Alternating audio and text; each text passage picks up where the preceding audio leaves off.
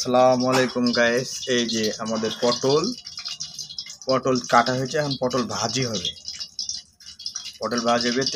তেল কড়াই দেওয়া হয়েছে, তেল গরম করা হয়েছে, ঠিক আছে। এখন এই পটলটা তেলের মধ্যে ঢেলে দেওয়া হবে। দেখতে থাকুন আমরা কেমনে পটল ভাজি। তেলটা একটু গরম হতেছে, তেলটা গরম হওয়ার পরে তেলের মধ্যে এই যে পটল ছেড়ে দিলাম।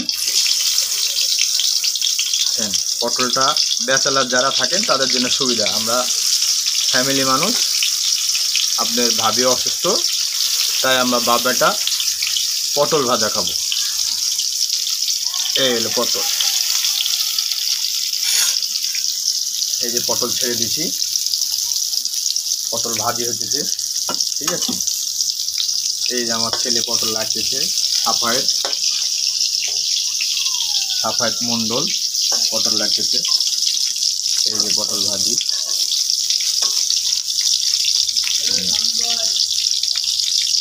পটলটা হলে সম্পূর্ণ পটলটা হলে আচ্ছা রাখছি ভাই।